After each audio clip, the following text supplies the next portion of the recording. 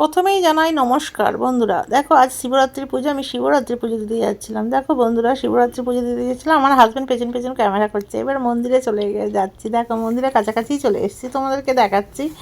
দেখো আর কে কে শিবরাত্রি পুজো করেছো কমেন্টে কিন্তু জানিও বন্ধুরা। আমি জানি বাঙালি যারা সারা সবাই পুজো করবে, বাঙালি কেন সব ধর্মেই করে।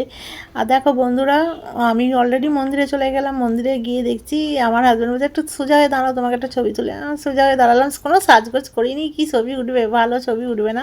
তারপরে মন্দিরে গিয়ে এবার শিবের মাথায় জল ঢালার পালা। দেখো মহাদেবকে জল ঢালছি, এবার জল জল অর্পণ করছি।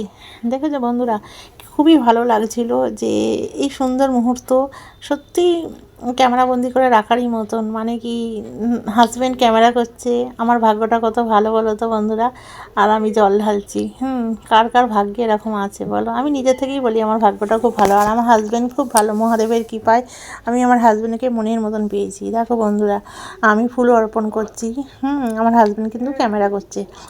দেখো তারপরে আমি মানে কি বলবো তোমাদের, মহাদেবকে মালা পরাচ্ছি। মানে এতটাই ভালো লাগছিল যে পুজো দিতে গিয়ে সত্যি দুজনে মিলে পুজো দেওয়ার আনন্দটাই আলাদা, তাই কিনা বন্ধুরা।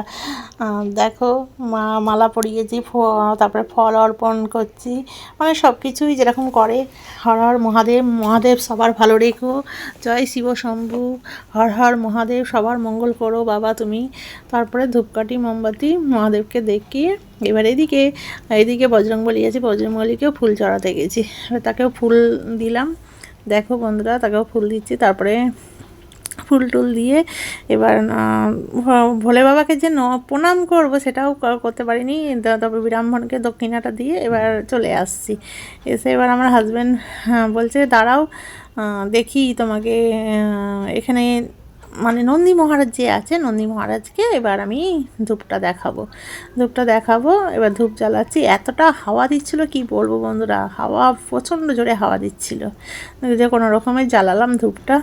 ধূপ জ্বালিয়ে মোমবাতিটা কোনো রকম স্টান করলাম। দেখো বন্ধুরা, এবার আমি ঠাকুরকে দেখাবো। এবার ঠাকুরকে দেখানোর পর এবার নন্দী মহারাজকে প্রণাম করব, তারপরে বাড়ি আসবো। সবাই ভালো করে করতে পারো, আমি তো ভালো করে করতে পারি না, আমি ভালো করে কথাও বলতে পারি না। যেটুকু পারি সেটুকু, আমার মধ্যে যেটুকু আছে সেটুকুই করি বন্ধুরা। আর যেটুকু মানে করতে পারি সেটুকুই করি। দেখো আমি কারো দেখে হিংসা করি না, কারো দেখে করি না, যে যেরকম পারে সেরকম, ভগবান যাকে যেরকম বানিয়েছে, তাই কি না বলো বন্ধুরা। এটাই হচ্ছে আর সবথেকে বড় কথা হচ্ছে মহাদেব সবার মঙ্গল করুক, সবাই ভালো থেকো। আমি ঠাকুরের কাছে সবসময় প্রার্থনা করি সবার মঙ্গল হোক, সবাই ভালো থাকো, সুস্থ থেকো। আবার দেখা হবে নেক্সট ভিডিও। সবাই ভালো থেকো, সবার আজকের মতন টাটা।